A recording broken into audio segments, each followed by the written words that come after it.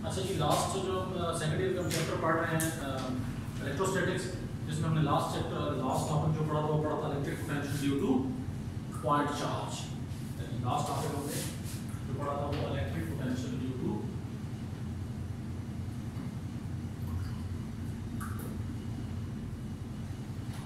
Point charge.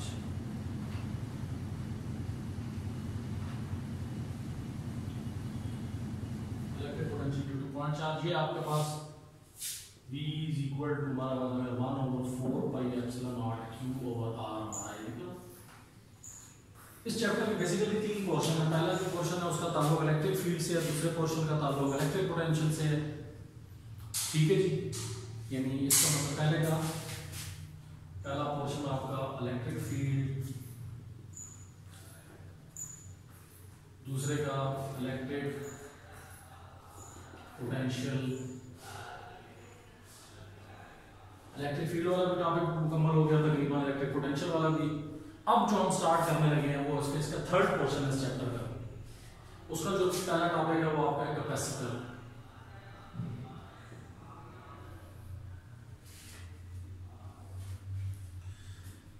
ठीक है जी, capacitor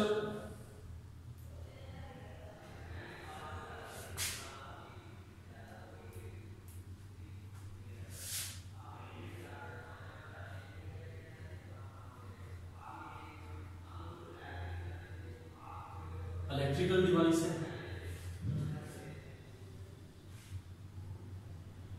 used to store charge. किस लिए इस्तेमाल होता है? चार्ज को स्टोर करने के लिए इस्तेमाल होता है। ठीक है जी, इसकी कंस्ट्रक्शन किस तरह की है?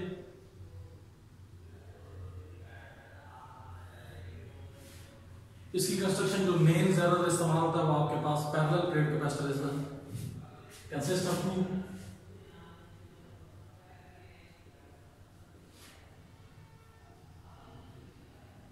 consists of two metal plates। किस पे मुश्तमिल है? दो मेटल प्लेट्स पे मुश्तमिल कनेक्टर से।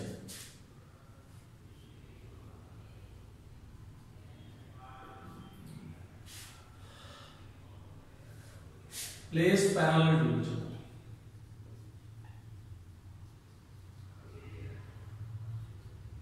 एक दूसरे के पैरेलल पड़े, मुतवाज़ी।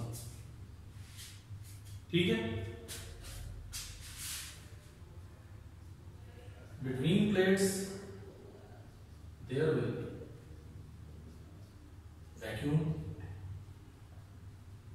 वैक्यूम होगा, एयर होगा और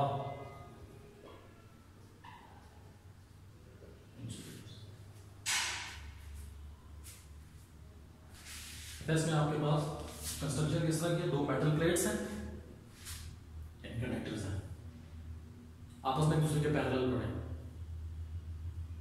ठीक है, पैरेलल के दरमियान क्या क्या हो सकता है?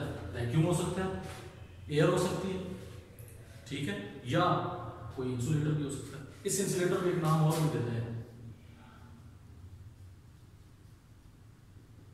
डाइलेक्ट्रिक। किस चीज का नाम देंगे? डाइलेक्ट्रिक का। ठीक है जी, अब नेक्स्ट यानी ये इस तरह समझ लीजिए चीज है, दो प्लेट्स हैं।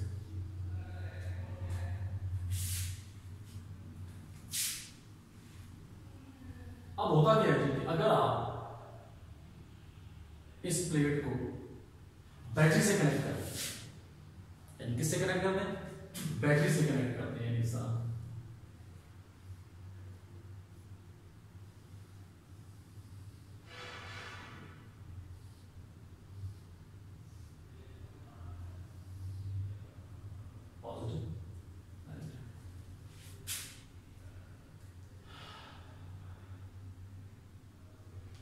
अब ये प्लेट आपकी दरमियान में वैक्यूम है, वैक्यूम भी हो सकता है,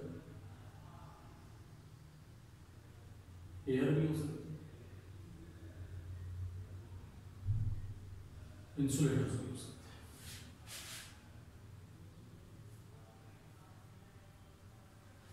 अब ये प्लेट आपकी किससे कनेक्ट है?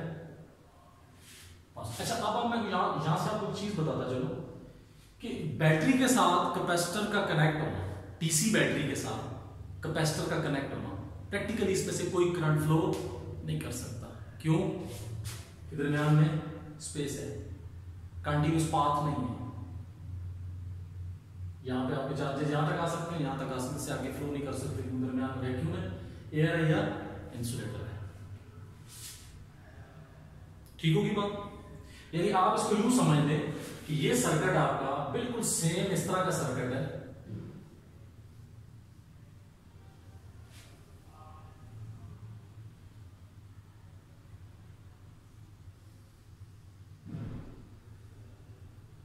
स्विच, अब देख लीजिए स्विच डिस्कनेक्ट है, यानी इसका मतलब है ये ओपन सर्किट है।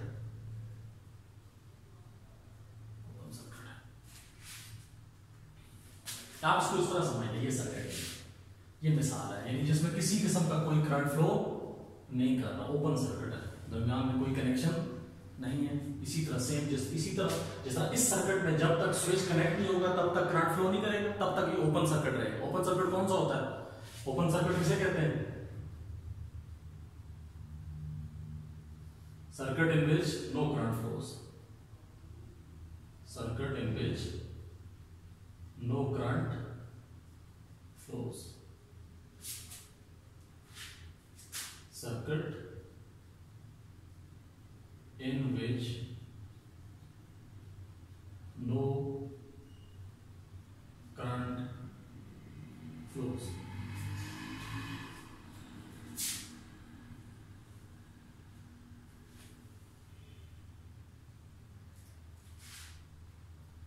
इसी तरह जिस तरह जब तक ये सर्किट क्लोज नहीं होगा उस वक्त तक करंट फ्लो नहीं करेगा, ये ओपन सर्किट रहेगा।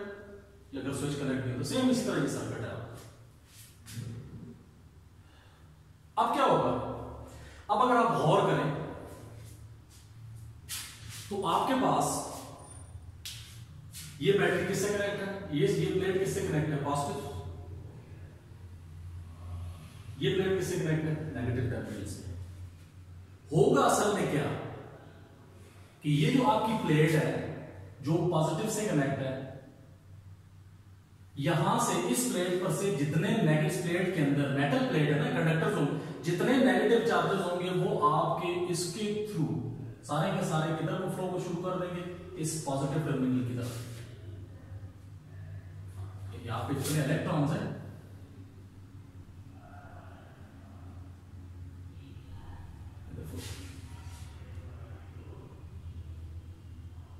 और इस बैटरी के थ्रू ये फ्लो करके यहां तक पहुंचेंगे।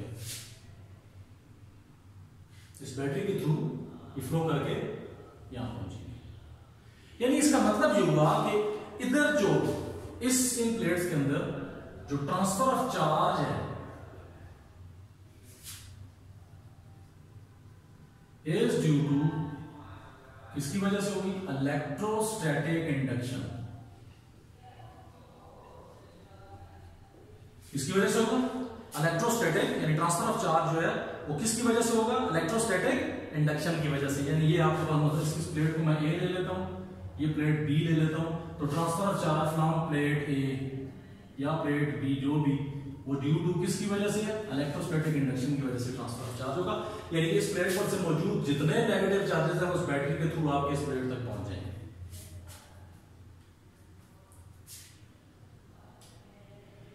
ठीक होगी बात? यानी इसका मतलब ये हुआ कि आपके पास थोड़ी देर के बाद जब आपके नेगेटिव चार्जेस आपके फ्लो करके इधर जाएंगे तो इस प्लेट के ऊपर आपके नेगेटिव चार्जेस की तादाद बढ़ जाएगी। क्यों? कि इधर से आपके नेगेटिव चार्जेस इस बैटरी के थ्रू फ्लो करके इस प्लेट तक पहुंचेंगे। इसका मतलब ये हुआ कि यहां पे नेगेटिव चार्जेस की अमाउंट पॉजिटिव से बढ़ गई। यानी इसका मतलब ये हुआ कि ये इस प्लेट के ऊपर जो नेट चार्ज है वो आपका नेगेटिव हो गया। यानी प्लेट बी आपकी कौन सी प्लेट होगी? नेगेटिवली चार्ज प्लेट होगी। नेगेटिवली चार्ज प्लेट क्योंकि नॉर्मली कंडक्टर्स के अंदर एटम्स के अंदर क्या होता है? जितने पॉजिटिव चार्जेस होते हैं उतनी नेगेटिव चार्जेस। यानी इसका मतलब ये है कि पॉजिटिव और नेगेटिव चार्जेस तकरीबन क्या होते हैं? इक्वल होते हैं, न्यूट्रल। लेकिन जब आप इस तरह नेगेटिव चार्जेस इस प्लेट से फ्लो करके इस प्लेट तक पहुंचेंगे थ्रू बैटरी, क्यों? ये प्लेट आपकी पॉजिटिव टर्मिनल से कनेक्ट हुई है। इस पॉजिटिव टर्मिनल के कनेक्ट होने की वजह से इस कंडक्टर के अंदर जितने फ्री इलेक्ट्रॉन्स हैं वो इस पॉजिटिव प्लेट की तरफ अट्रैक्ट होके इस प्लेट की तरफ आएंगे और फिर वो इसी बैटरी के थ्रू इस प्लेट तक पहुंच जाएंगे। ठीक होगी बात। और जब यहां से नेगेटिव चार्जेस आपके फ्लो करके इस प्लेट को छोड़ देंगे, इसका मतलब है जब वो यहां पहुंचेंगे तो इस प्लेट के ऊपर तो नेगेटिव चार्जेस की तादाद बढ़ गई, लिहाजा नेट चार्ज इस प्लेट के ऊपर क्या हो गया, नेगेटिव। लिहाजा ये प्लेट क्या बन गई, नेगेटिवली चार्ज प्लेट बन गई। लेकिन जब ये चार्जेस कहां से आए हैं, इस प्लेट से, इसका मतलब है इस प्लेट पर से जब इलेक्ट्रॉन्स यानी नेगेटिव चार्जेस ने इसको छोड़ दिया है, इस पर से फ्लो करके वो इस प्लेट पे आ गए, तो इसका मतलब क्या हुआ कि इस प्लेट पे नेगेटिव चार्जेस के निकलने की वजह से नेट चार्ज क्या हो गया, डोमिनेंट चार्ज कौन सा हो गया, ज्यादा चार्जेस कौन से हो गए, पॉजिटिव। लिहाजा ये प्लेट आपकी कौन सी प्लेट होगी, पॉजिटिवली चार्ज प्लेट होगी। कौन सी प्लेट होगी, पॉजिटिवली चार्ज प्लेट। यानी इसका मतलब फिर क्या हुआ कि देयर विल बी ओके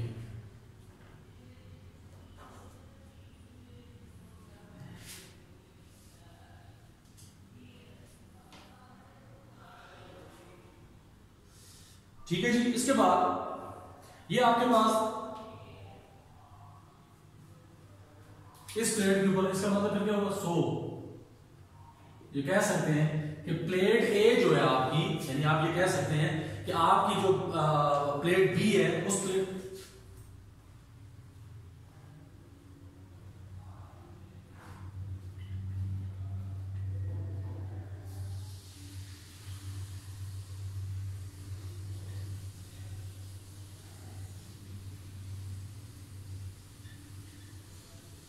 यानी इसका मतलब क्या होगा कि ये जो प्लेट है इसने क्या किया, इंड्यूस किया चार्ज को किसके ऊपर, प्लेट डी के ऊपर चार्ज को इंड्यूस कर दिया बाय इंडक्शन। देखो मैंने आपको पहले बताया, एक दफा मैं थोड़ा सा आपको ये इंड्यूस या इंडक्शन का लफ्ज बताता जो आपने पहले भी पढ़ा होगा।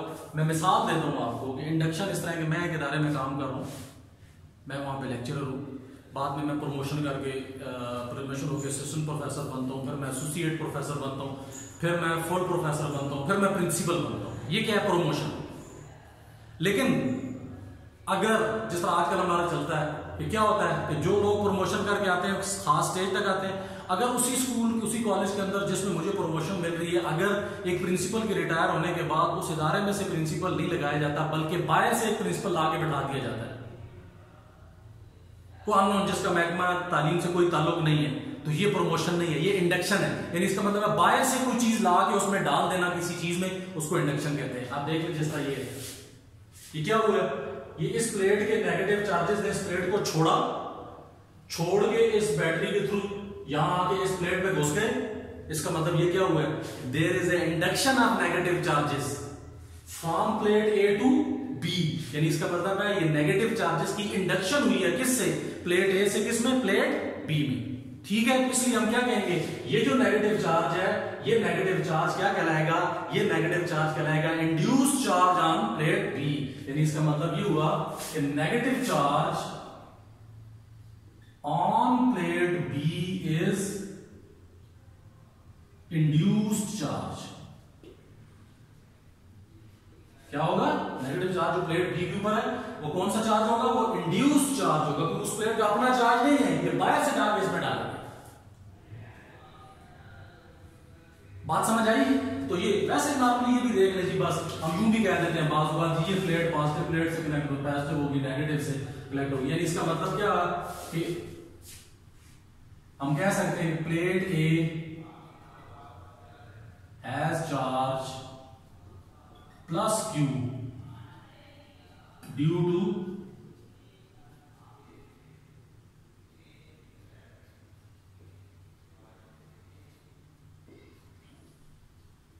and plate B has charge negative Q।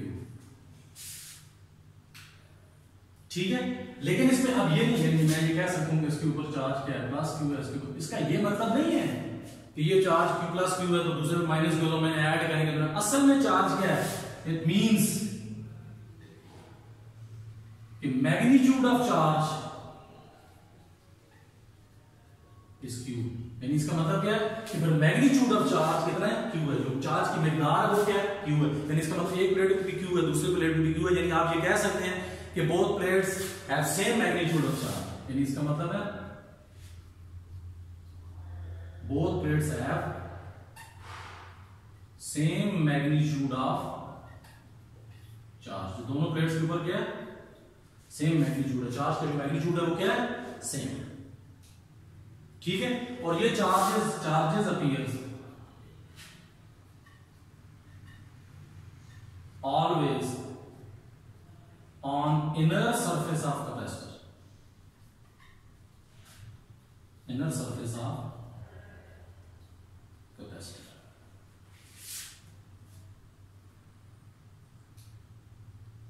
ठीक है जी। ऑपोजिट चार्जेस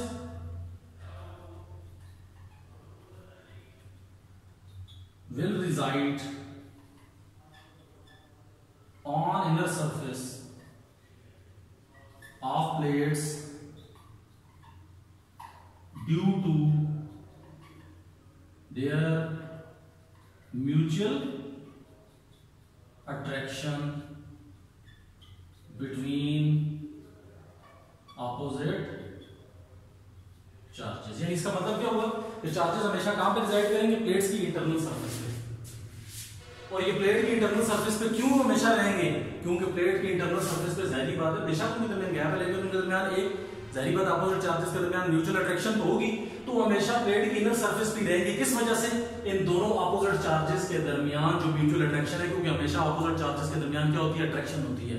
अनलाइक चार्जेस के दरमियान अट्रैक्शन होती है, दोनों अनलाइक है और दोनों कहां पे रह रहे हैं, प्लेट की इनर सरफेस पे।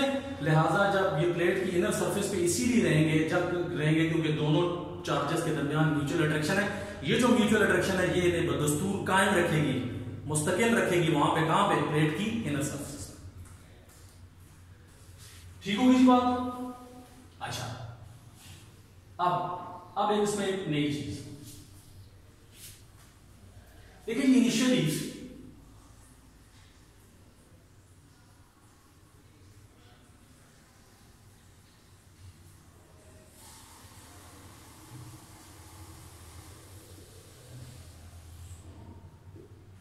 इनिशियली क्या है, initially at time t is equal to 0। ये time t is equal to 0 का कॉन्सेप्ट भी बड़ा इंटरेस्टिंग है। Time t is equal to 0 का मतलब जरूरी नहीं है रेस्ट टाइम ही। Time t is equal to 0 का मतलब यह है कि हमने फर्स्ट टाइम किसी चीज को कब देखा। मतलब ये दरवाजा मेरे सामने, अगर कोई चीज मेरे सामने यूं खड़ी है रेस्ट पे और मेरे देखने के बाद चलती है, तो इसका मतलब है मेरा इसका जो रेस्ट टाइम होगा वही मेरा time t is equal to 0 होगा, क्योंकि मैंने फर्स्ट टाइम इसे देखा रेस्ट पे। अगर एक चीज पीछे से चलती आ रही है और वो जब मेरे सामने से गुजरी दरवाजे के सामने से, तो वो मोशन में थी, तो मेरा time t is equal to 0 कब होगा, जब मैं उसको फर्स्ट टाइम देखूंगा। मुझे इस चीज से कोई गर्ज नहीं है कि वो रेस्ट पे है कि मोशन में। तो ये t इज इक्वल टू 0 जो इनिशियल टाइम है, वो initial time with respect to observer है, यानी ऑब्जर्वर ने कब किसी चीज को फर्स्ट टाइम देखा है, जब उसने फर्स्ट टाइम किसी चीज को इनिशियली देखा है, वो time t is equal to 0 है। तो यहां initially time t is equal to 0 देख लें आप, प्लेट्स के ऊपर कोई चार्ज नहीं, there is no charge on plate. इसका मतलब फिर क्या हुआ, q is equal to 0। q 0, इसका मतलब there is no positive and negative plate. ठीक, so there will be no higher और लोअर पोटेंशियल, कोई हायर कोई लोअर पोटेंशियल नहीं है। सो मतलब क्या हुआ, so potential difference between plates is 0। Plates के दरमियान पोटेंशियल डिफरेंस क्या होगा, 0 होगा।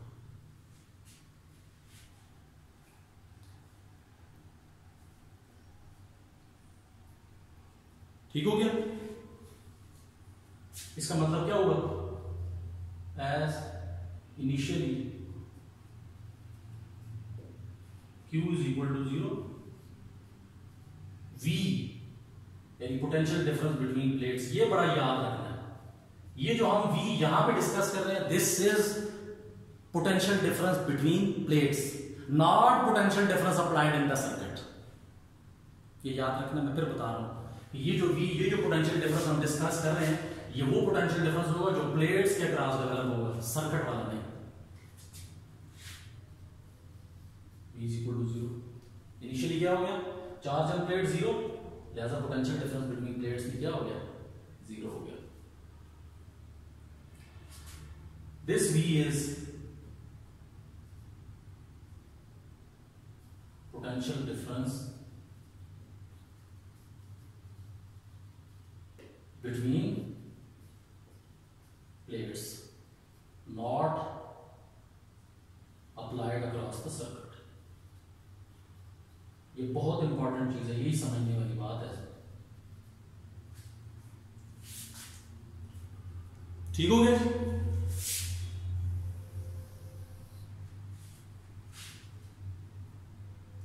As there is no charge on the plates, as there is no charge on plates, so there will be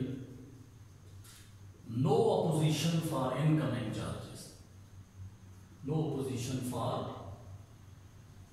incoming charges towards plates। So फिर क्या होगा, कोई opposition नहीं है इनकमिंग चार्जेस के लिए, इसका मतलब क्या होगा, so maximum charges will flow, so maximum charges will flow, maximum charges क्या करेंगे, फ्लो करेंगे, so current will be maximum, so current is maximum, current आपका क्या हो जाएगा, मैक्सिमम।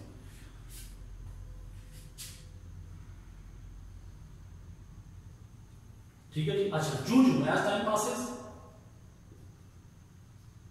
अब नया as time passes, charge on plates, charges on plates increases, charges on plates क्या होंगे, जो टाइम गुजरेगा प्लेट्स के ऊपर चार्जेस क्या होते जाएंगे, बढ़ते जाएंगे, सो क्यू ऑन प्लेट्स इंक्रीजेस। यानी आप ये चीज सोचिए,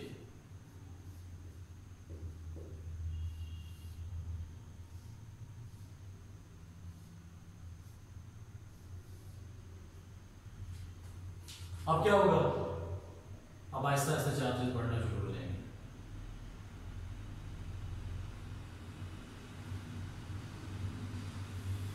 सो one plate becomes positive and other plate become negative। इसका मतलब है क्या हुआ, एक प्लेट अगर पॉजिटिव हो गया, so one plate represent higher potential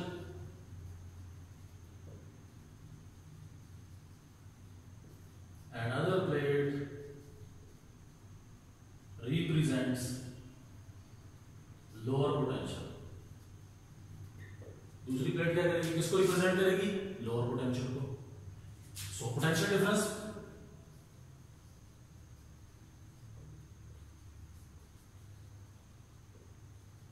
arises.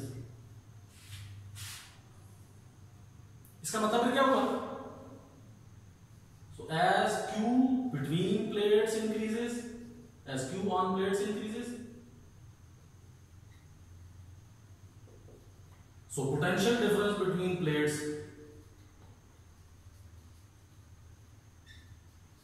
so potential difference between plates also increases। potential difference plates के दरमियान क्या होता जाएगा, इंक्रीज होता जाएगा। ठीक है। Then at time t, Q on plates is Q, यानी charge on plates is maximum, so potential difference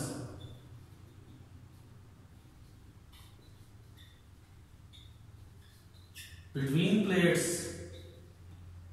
will be maximum. maximum का मतलब क्या है? that is equal to applied potential difference. किसके बराबर हो जाएगा? applied potential difference की. तो इसका मतलब फिर क्या हुआ? इसका मतलब फिर क्या हो गया कि जब प्लेट्स के दरमियान पोटेंशियल डिफरेंस मैक्सिमम हो गया है तो फिर क्या होगा? so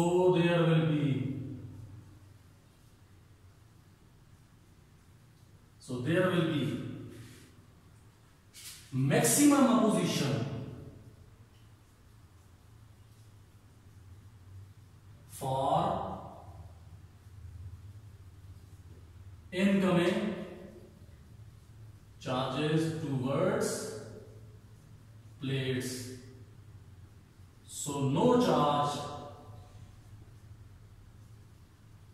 have ability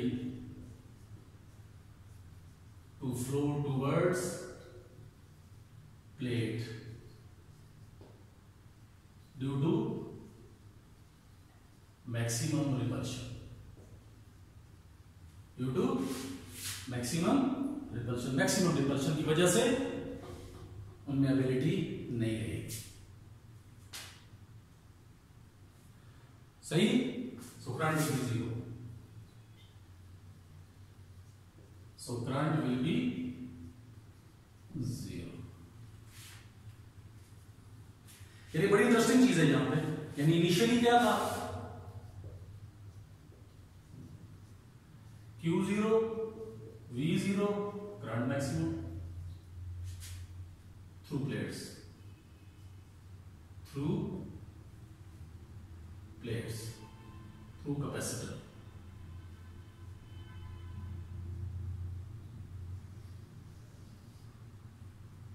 At time t, Q maximum, V between plates maximum, current zero through capacitor.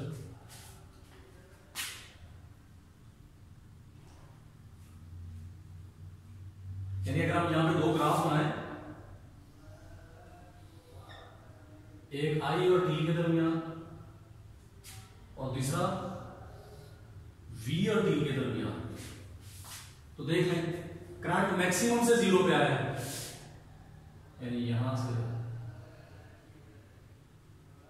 Zero पे आया है और वोल्टेज आपकी जीरो से मैक्सिमम की तरफ गई है. ये देख लें जीरो से मैक्सिमम, करंट मैक्सिमम से जीरो, वोल्टेज जीरो से मैक्सिमम, और एक स्टेज पे जाकर कांस्टेंट हो गई. समझ आ रही बात?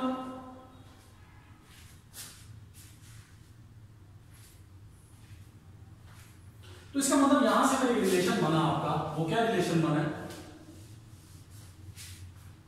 जब Q जीरो था V भी जीरो था, जब Q मैक्सिमम है V भी मैक्सिमम है. इसका मतलब as Q is equal to 0, V between plates. मैं बार बार बता रहा हूं, this potential difference is between plates of capacitor, not the circuit. And when Q is maximum, V between plates is maximum. इसका मतलब है क्या? वो Q जीरो था, V भी जीरो था. Q मैक्सिमम हुआ, V भी मैक्सिमम हो गया. इसका मतलब है Q is directly proportional to V. यानी Q बढ़ेगा बिटवीन प्लेट्स तो पोटेंशियल डिफरेंस बिटवीन प्लेट्स भी बढ़ जाएगा. Q बिटवीन प्लेट्स जीरो होगा, पोटेंशियल डिफरेंस बिटवीन प्लेट्स भी जीरो होगा. Q बिटवीन प्लेट्स मैक्सिमम हो जाएगा तो पोटेंशियल डिफरेंस बिटवीन प्लेट्स भी क्या हो जाएगा? मैक्सिमम. इसका मतलब है Q ऑन प्लेट्स और पोटेंशियल डिफरेंस बिटवीन प्लेट्स ये दोनों आपस में डायरेक्टली प्रोपोर्शनल है. प्रोपोर्शनैलिटी साइन हटाओ, क्या आ जाएगा आपके पास? Q is equal to CV. यानी इसका मतलब है ये C आपके पास क्या हो जाएगा? Q by V. दिस C is called capacitance. C क्या कहलाएगा? Capacitance कहलाएगा. इसको किस तरह डिफाइन करेंगे? Defined as ability, capacity of a capacitor to store charge. Capacity of a capacitor to store charge. एक और तरीके से भी डिफाइन कर सकते हैं, also defined as ratio of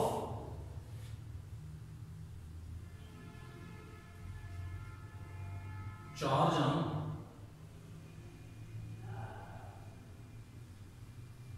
magnitude of charge on one plate to the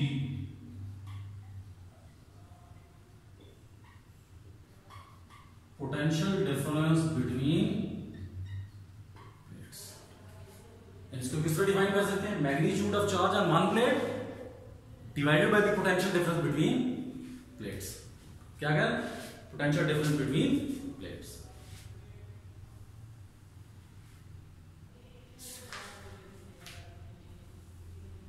ठीक है जी. और ये किस पे डिपेंड करती है? ये वैल्यू ऑफ कैपेसिटेंस डिपेंड करती है area of plates.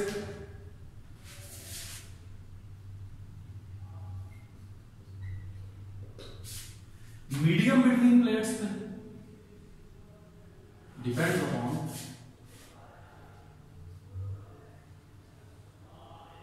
Area plates. Medium between plates. ठीक है जी. यानी दूसरे लफ्जों में आप ये कह सकते हैं मीडियम बिटवीन प्लेट्स. अच्छा, distance between plates.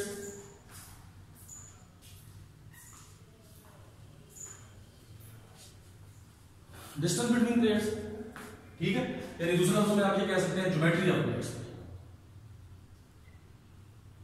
Geometry of plates और मीडियम बिटवीन प्लेट्स, जो भी आप कह सकते हैं मीडियम बिटवीन प्लेट्स के लिए. ठीक हो गया जी.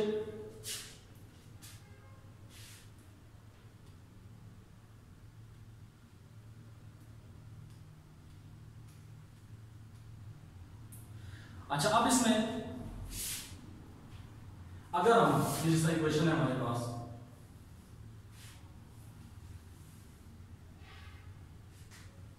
S Q is equal to C V, यानी अगर आप कहते हैं Q is equal to C V है. ठीक है. अगर potential difference if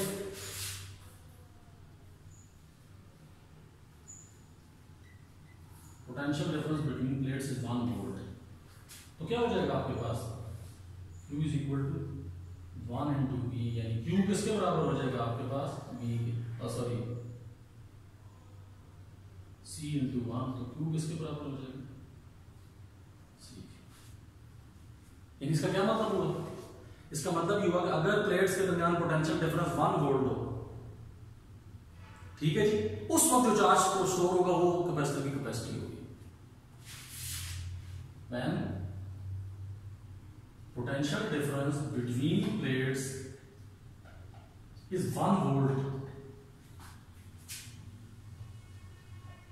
then amount of charge stored on plates is the capacity of capacitor. ये क्या होगी? कैपेसिटी होगी. कैपेसिटी यानी जब दोनों प्लेट्स के दरमियान पोटेंशियल डिफरेंस 1 वोल्ट हो, उस वक्त जब पोटेंशियल दो प्लेट्स के दरमियान पोटेंशियल डिफरेंस 1 वोल्ट हो, उस वक्त जो आपका कैपेसिटर पे चार्ज स्टोर हो जाएगा, वो ही समझो उस कैपेसिटर की कैपेसिटी.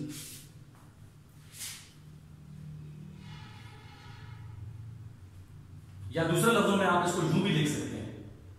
एक तरीका और भी है. वो क्या है? वो ये है, आप यूं भी कर सकते हैं.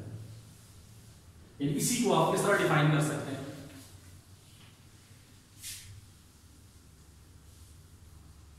The amount of charge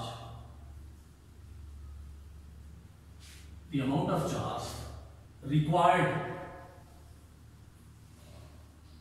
to produce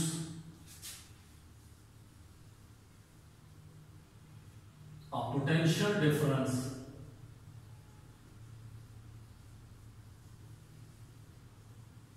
of 1 volt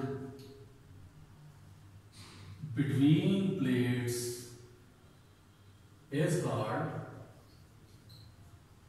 capacitance of a capacitor. यानी चार्ज की हुई ये जब दो प्लेट्स के दरमियान पोटेंशियल डिफरेंस 1 वोल्ट हो तो उस वक्त जो चार्ज स्टोर होगा वही कैपेसिटर की कैपेसिटी होगी या वही कैपेसिटेंस होगी। तो इसी को और तरीके से डिफाइन करें कि चार्ज की वो अमाउंट सेम एक ही लाइन उसको बार बार, यानी यहां क्या है, अगर प्लेट के दरमियान पोटेंशियल डिफरेंस 1 वोल्ट तो उस वक्त जो चार्ज की अमाउंट होगी वही क्या होगी, कैपेसिटेंस। या दूसरे लफ्जों में हम इसी को करें, चार्ज की वो अमाउंट जो प्लेट्स के दरमियान 1 वोल्ट पोटेंशियल डिफरेंस अप्लाई कर दें, चार्ज की उस अमाउंट को, चार्ज की वो अमाउंट, देखें पोटेंशियल डिफरेंस किसकी वजह से पैदा हो रहा है, चार्ज की वजह से। इसका मतलब है चार्ज की वो अमाउंट जो प्लेट्स के दरमियान 1 वोल्ट पोटेंशियल डिफरेंस पैदा कर दे, उस चार्ज के अमाउंट को क्या कहेंगे, कैपेसिटेंस ऑफ कैपेसिटर। ठीक है जी। Its unit is farad. इसकी यूनिट क्या होगी, इट्स यूनिट इज फैरेड। अब देखिए फार्मूला क्या, C is equal to Q by V, यानी इसका मतलब है 1 फैरेड क्या होगा, 1 कूलम चार्ज ओवर 1 वोल्ट। यानी इसका मतलब है if 1 coulomb charge produces a potential difference of 1 volt between plates, then capacitance will be 1 farad। capacitance क्या होगी, then capacitance will be 1 farad। capacitance कितनी होगी जी, 1 farad होगी। ये हमने 1 farad को भी डिफाइन, इससे पहले हमने कैपेसिटेंस क्या है, कि चार्ज की वो अमाउंट, कैपेसिटेंस क्या है, चार्ज की वो अमाउंट जो दो प्लेट्स के दरमियान कितना पोटेंशियल डिफरेंस बना दे, 1 वोल्ट। सिर्फ कैपेसिटेंस क्या है, चार्ज की वो अमाउंट जो कैपेसिटर की प्लेट्स के दरमियान कितना पोटेंशियल डिफरेंस बना दे, 1 वोल्ट। और 1 फैरेड का होगी कैपेसिटेंस इफ अगर 1 कूलम चार्ज कैपेसिटर की प्लेट्स के दरमियान 1 वोल्ट पोटेंशियल डिफरेंस पैदा करे, फिर उस वक्त कैपेसिटेंस क्या होगी, 1 फैरेड। सिंपल कैपेसिटेंस क्या है कि चार्ज की कोई भी अमाउंट जो प्लेट्स के दरमियान कितना पोटेंशियल डिफरेंस पैदा, चार्ज की कोई भी अमाउंट प्लेट्स के दरमियान कितना पोटेंशियल डिफरेंस पैदा करते, 1 वोल्ट, वो सिर्फ कैपेसिटेंस है। और अगर 1 कूलम चार्ज कैपेसिटर की प्लेट्स के दरमियान 1 वोल्ट पोटेंशियल डिफरेंस पैदा कर दे, उस वक्त कैपेसिटेंस क्या होगी, 1 फैरेड। ठीक है जी, इंशाल्लाह ये खत्म है टॉपिक। इसके बाद नेक्स्ट देखेंगे।